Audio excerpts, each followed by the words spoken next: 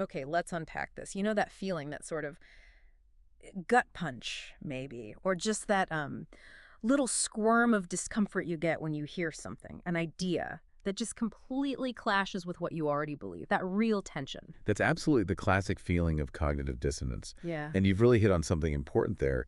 It feels physical Mm, because, well, it has a tangible basis in your brain's activity. right. It's not just some abstract mental state. It's actually, a neurological event happening. Exactly. And that's really the heart of this deep dive. We're not just talking about the feeling, are we? We're digging into the actual science behind it. Why does your brain react to ideas that conflict with your beliefs? Almost like they're a physical threat. Yeah.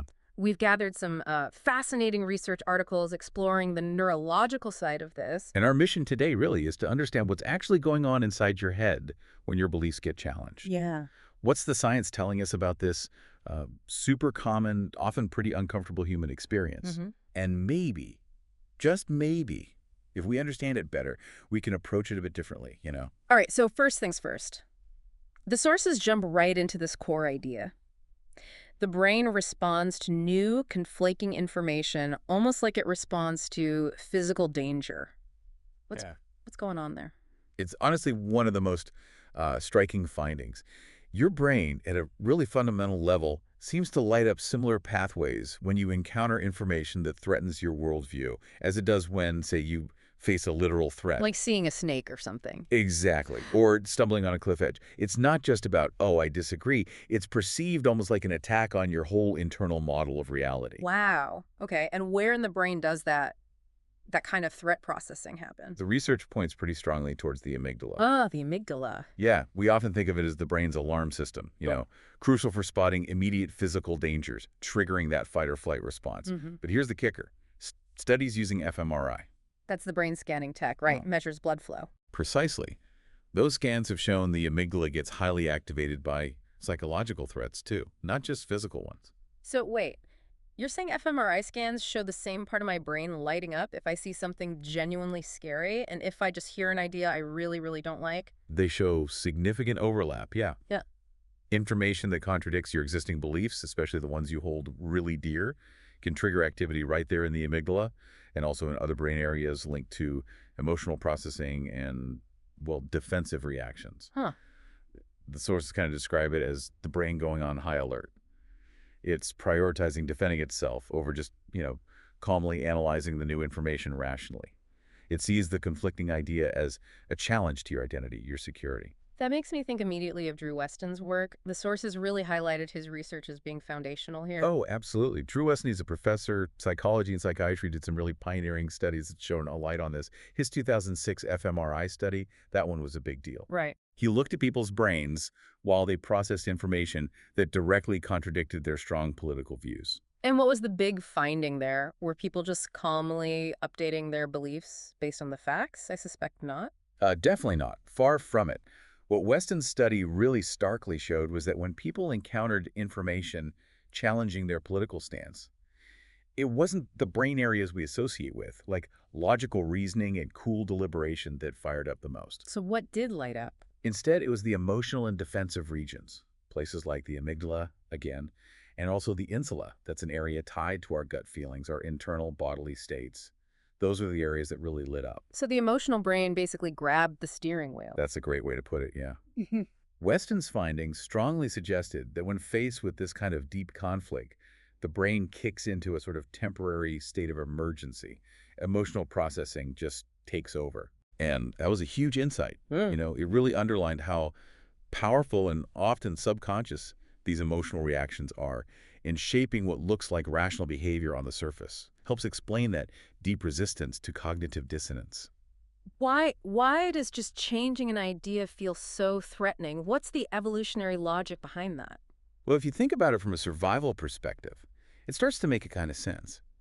Our brains evolved primarily to keep us alive and safe, right? Not necessarily to be endlessly flexible or constantly second-guessing every belief. Okay. Our beliefs, they give us structure, predictability, a framework for making quick decisions. They offer a sense of security in what can be a really complex, uncertain world. They're kind of like our internal map or our operating system. Exactly like an operating system. Yeah. And any major shakeup to that system, any fundamental shift in those deep-seated beliefs, Hmm. well, the brain perceives that as potentially destabilizing, potentially dangerous even. Yeah. And that's why the amygdala triggers what the sources call that protective blockage. It's an ancient survival circuit Hmm. designed for physical threats, but it's being sort of repurposed Yeah. to defend our psychological territory, our sense of order, our sense of self. Which brings us right back to why we try so hard to avoid that feeling of cognitive dissonance, that Yeah. tension, that discomfort. It's actually triggering this deep threat response. It absolutely is. The discomfort isn't just like awkwardness. It's a genuine signal of perceived threat. And that kicks off this powerful, often totally unconscious drive to reduce the dissonance fast. Right. And that's why you see people doing mental gymnastics, right? Immediately rationalizing away the contradictory information or maybe attacking the source, say, oh, they don't know what they're talking about, or just flat out refusing to engage. Yeah, just shutting down. Exactly. It's the brain's urgent attempt to neutralize the threat and get back to that feeling of internal consistency. Okay, so if our brains are wired up like this, how on earth do we ever break through that resistance? I mean, do the sources offer any ways to counteract this automatic response? They do offer some strategies, yeah. A lot of it centers on developing awareness, really, training yourself to recognize that initial emotional jolt when it happens. Noticing the feeling. Exactly. Becoming aware when that threat response is kicking in because of dissonance, and then consciously reminding yourself, okay, this threat, this discomfort from an idea, it's temporary. It's not actually physically dangerous. It's like telling yourself it's a psychological fire alarm, not a real fire. That's a perfect analogy. By recognizing the emotional reaction for what it is, a response, not necessarily reality, you can hopefully stop it from completely hijacking your rational thinking. Right. It's about trying to regain control over your thought process. Right. And the interesting thing is, over time, doing that can actually help sort of reshape how your brain responds, make it a little easier to process, and maybe even integrate change down the line. Okay, so Weston looked at political beliefs. But who else has explored how different kinds of beliefs work in the brain? Tali Sharot's name came up in the sources, too. Yes, Tali Sharot. Her work is fascinating, especially on the neuroscience of belief and optimism. She studies how we process information, particularly stuff that might clash with our hopes or expectations. And she found something specific about negative information, didn't she? How we handle bad news. She did. Yeah. Her research points to a pretty clear bias in how our brains handle information based on its emotional tone, its valence. As she talks about in her book, The Influential Mind, we seem to process information that feels positive or reassuring much more easily, much more deeply than information that feels negative or threatening. So our brains are kind of hardwired with a positive bias. Is that fair to say? Essentially, yeah. Yeah. We're more likely to notice, remember, and actually be influenced by positive stuff, negative information. Well, we register it, but it's harder work to process because it can stir up fear or anxiety, feelings our brain instinctively tries to minimize. Now, this bias, it helps maintain optimism, reduces stress, which is good for well-being, obviously. Like maybe you remember all the tips for getting healthier, but you kind of tune out the scary warnings about risks. That's a classic example she uses, exactly. You might eagerly adopt a new habit if it's framed positively, but find yourself mentally blocking or downplaying warnings, even if they're totally fact-based. So this bias means we're not always processing information purely objectively. It gets filtered through this emotional lens, which, again, adds to why we might resist information that challenges our current, more comfortable beliefs. And then there was Jonas Kaplan. He looks specifically at those really deep beliefs, like religious and political ones. How does his work fit into this puzzle? Right, Jonas Kaplan. He, working with colleagues at USC, used fMRI to really dig into how the brain handles these core fundamental beliefs. He wanted to see where and how strongly things like religious faith or political loyalties were anchored in the brain structure. And what did his scans turn up about those kinds of beliefs? The really significant finding was that these deeply held ideological beliefs, religious, political, moral stances, they seem to be processed in the brain in a very similar way to how we process beliefs about our own personal identity. Wow. Okay, hold on. So the brain is literally treating your political party or your religious faith as part of who you fundamentally are.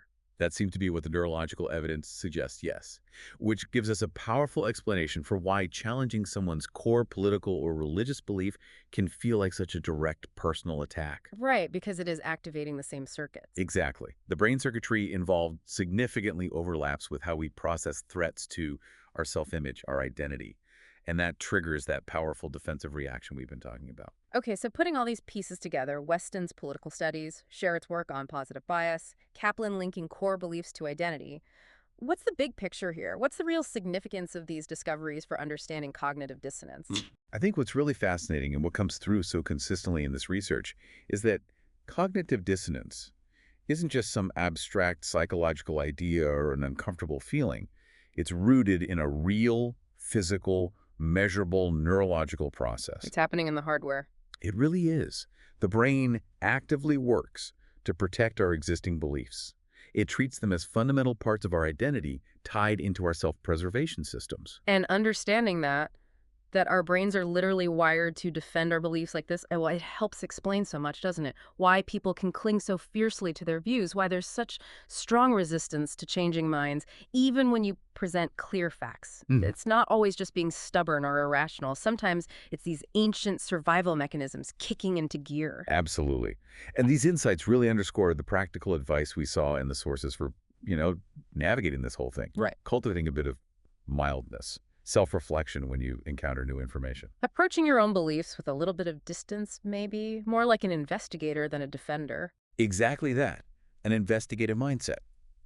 The science shows us why this is inherently difficult, because of the brain's wiring.